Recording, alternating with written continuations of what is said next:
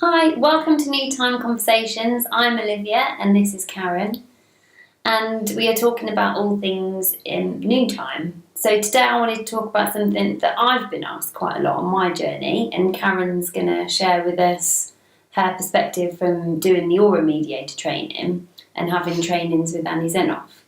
So I'm going to ask Karen what the difference is between in the new time energy, there is something which is called a spirit mate, which is different to a twin flame and a soulmate.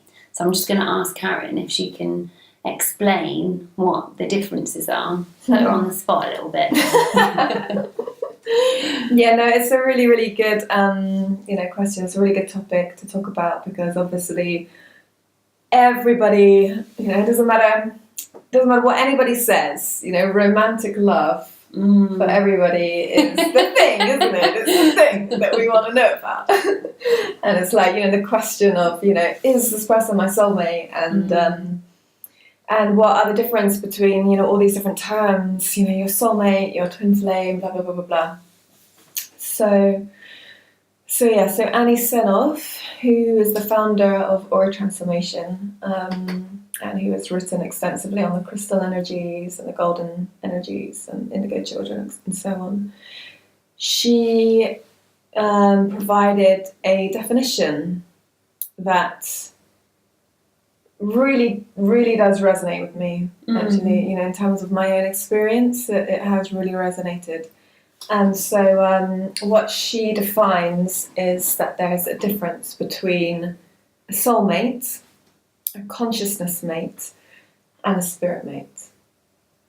And the whole twin flame thing, I think actually fits in more to the spirit mate. But again, all these things are just pure labels. So it's really not about the label, because somebody can think of your twin flame as the same as what somebody else would think of as a soulmate. So it's not about the labels. That can just confuse things. It's actually, okay, what is the, what are the things that the labels are referring to? So there are these three distinctions. And most people on the planet at the moment have really only ever experienced soulmate relationships, because these are relationships that are based in our past lives, based on contracts that we've had with these other beings. And they're kind of this kind of relationship that can be all-consuming and, totally kind of incredibly passionate, but they can also have a lot of conflict, because basically that person who you've known from a past life and who has some contract with you represents some kind of opposite aspect to you. So even though there may seem, at least initially, like there's this complementary thing going on, where there's this amazing, passionate chemical love, that chemical love is there because your soul is recognizing something in the other soul that you don't have. So that's why you're so explosively drawn to that person, because your soul is like, here's here's the lesson. Yeah, exactly. Here's something that you need to integrate, that you need for yourself, that you are out of balance in this way. And because we're always looking for balance and wholeness, so that other person represents that. But of course, because you haven't yet got that integrated in yourself and it's showing up in another person, so there's an imbalance there. You are not whole. They are not whole, which means that although you're meant to balance out in that way, you're also going to have a lot of conflict because they're different to you. You're not of the same essence. So it's like there is always going to be a clash as well. And so those relationships can be very beautiful, but very painful. And, some people will stick it out because that love is so great, because they kind of complete you in that way, and because of the whole karmic thing, it's like, a lot of us can feel like, yeah, we've known this person for lifetimes, and it's it's difficult to pull yourself out of that kind of love. So that's soulmate relationships, and that's most of the time what has been happening here on Earth so far, because so far on Earth we haven't been fully whole yet. Got that one? I know I've had a lot of soulmate action. Whew, no more of that, please. So, the next kind of relationship that Annie Senov talks about is the consciousness mate relationship.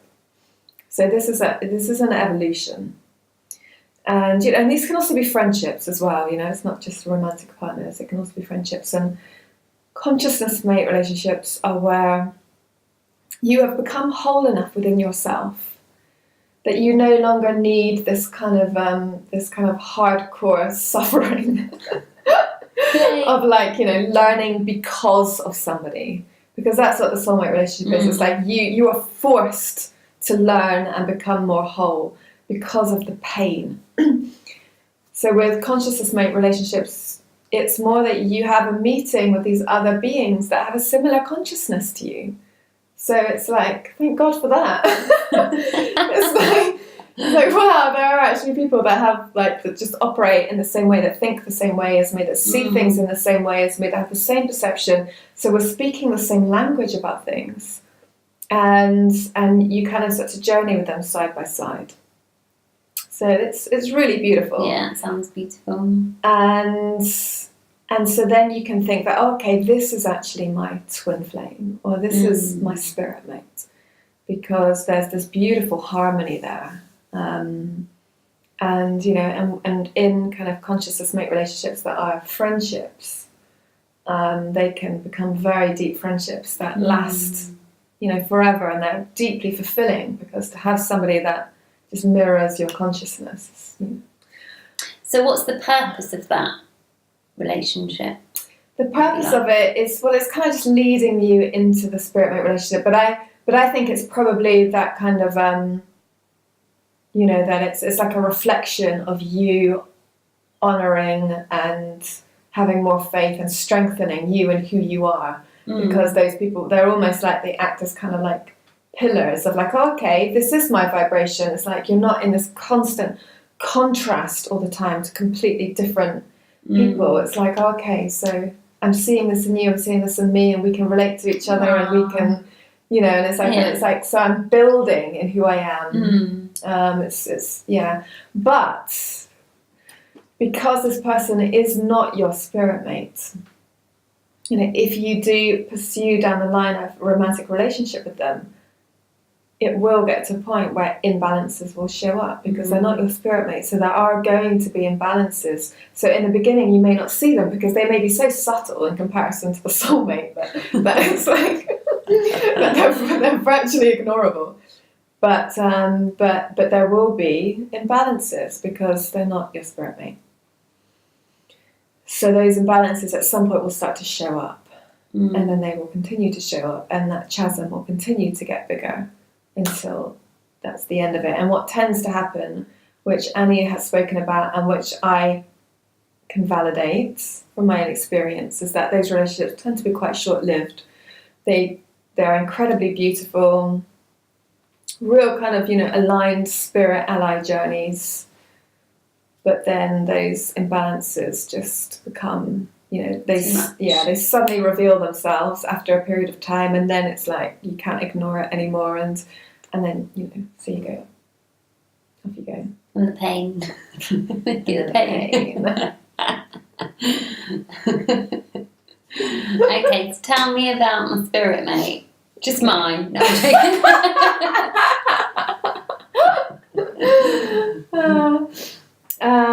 So the spirit mate relationship. The elusive. Oh, yeah. Spirit mate relationship. Tell me about that.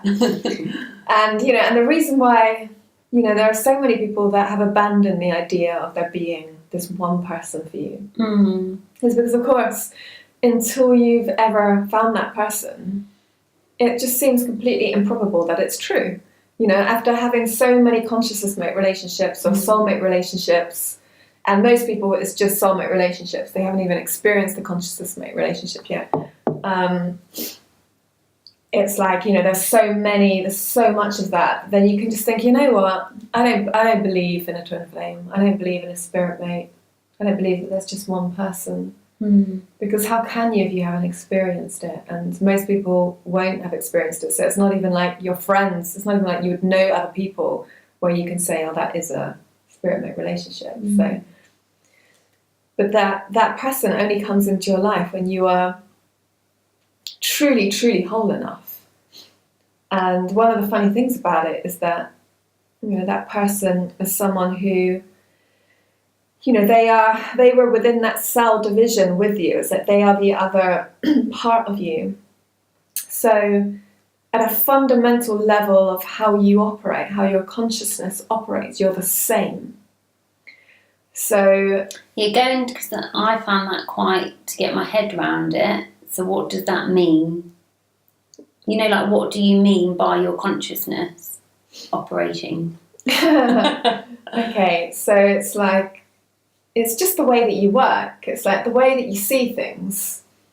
The way that you perceive life, the way that your own kind of individual rules of operating. I don't know how else to say it. Just your style of being and yeah. Okay, keep going, and if I have any questions, I'll probe you. All right, yeah. And obviously, when we meet people, we get kind of impressed and struck by people that have a kind of different consciousness, because that's what stands out. And so if until that point of readiness, you were to meet your spirit mate, you probably wouldn't even recognise him or her. They might be like, oh, that person's kind of cute, and you get on really well. Might find them quite boring. Yeah, exactly. They wouldn't stand out to you because what you are doesn't stand out to you. We look at what is more interesting to us, and it's like, oh, that's I want some of that because I don't have it within myself. So it's only when you get to that level of wholeness that then you could actually appreciate yourself in another body. And also, if you haven't healed all of your stuff, then what a mirror, if you're around someone that is basically you in another body, and they're, and all the things that you hate about yourself, that you haven't loved about yourself yet, all the things that are still in your shadow, all your egoic things that you haven't learned to accept or integrate yet, that's going to all be getting mirrored by this other person, and you're not going to like it. You're not going to be attracted to it. So, so that's why, everybody's pining for their spirit mate. But you wouldn't want your spirit mate. You wouldn't want them. You wouldn't be attracted to them. You wouldn't be interested. It would drive you crazy. So that's funny, isn't it? What everybody's looking for is actually not something that they want. Yeah. Until they're really ready for it. So at that core essence of how you are is the same in that other person, but they've had different life experiences. So because you've gone off in your own journeys through the universe, through life, and there is a plan to it. So you've purposefully calibrated different. You've kind of like hoovered up all these different things so that when you join together, they'll fit perfectly together. So if you're quite a spiritual person, they're going to be quite an earthy person, for instance. Yeah, because you have an aligned purpose together, don't you? Exactly. So they will have the bits missing for that purpose that you haven't picked up on your way. Yeah, so just in the same way that at the moment, all the children that are being born are born with the whole spirit present, because on this new time on earth, it's about us having this kind of crystal purpose. It's about us truly being who we are and living that, because that ends up having some kind of purpose to fulfill on the planet, to help the planet ascend. So and that happens with anybody that's like really integrating the new time energy as an adult. And then as spirit mates coming together, it's because you have this joint purpose. So they're going to have all the right components that you don't have, and you, in terms of knowing when you've met that person, so it will be unlike any other connection that you've ever felt. Because it literally is a completely different connection. It's not going to be like any of the other people that you've ever been in a relationship with or drawn to. And it should feel quite easy, shouldn't it? Apart from normal, like, humanistic stuff, it should really be easy because you're both in that space of wholeness that you can just ebb and flow and you understand each other. Exactly. So if you're bickering all the time and arguing, then it's definitely not your spirit mate. Yeah, so it's like, obviously there will be like life challenges which can create a stress, but generally speaking, like a level of understanding. Yeah, it will be kind of virtually impossible for you to have an argument. Because there's just such deep balance and understanding in how you work. So you can't have an argument. It'd be like having an argument with yourself, which again you can do when you're not whole. If you're not a whole person, then you can have an argument with yourself. But once you're whole, it's like you could never have an argument with yourself because you love yourself and you completely understand and know how you operate. So that's how it would be. And just as like another little interesting bits that what Annie Stenhouse says is that it probably wouldn't be until you make physical contact with the person that you'd even feel anything, because it would just literally be you're talking to someone and you're just like, oh, we just get on really well. And and there wouldn't be any particular magnetism because of that thing of you generally being more magnetized to people that are opposite to you in some way. But what Annie teaches is that other people, however, can see, and that it's almost as if other people will be able to feel that something is about to happen. And then when you do touch that person, and actually there's someone that I know that had this kind of story where she was, I don't know if she was actually living with him at this point. They were like sharing a house, or if he was, I think they were actually sharing a house. It was like a house share. And they hadn't really like felt anything about each other. But you can tell that there's, from looking at them, you can tell that there's a total similarity there, but they hadn't spotted it. And it was when she was coming down the stairs and he was coming up the stairs, and she slipped or something, and then he held her hand. And as soon as they held hands, it was just like, that's pretty cool. Yeah, now they're married and have a baby and they're really happy. Yeah, that's all I'm going to share. Yeah, that's really beautiful, thank you. Do you have any other questions? No, I think that kind of covers it. So thank you. Thank you.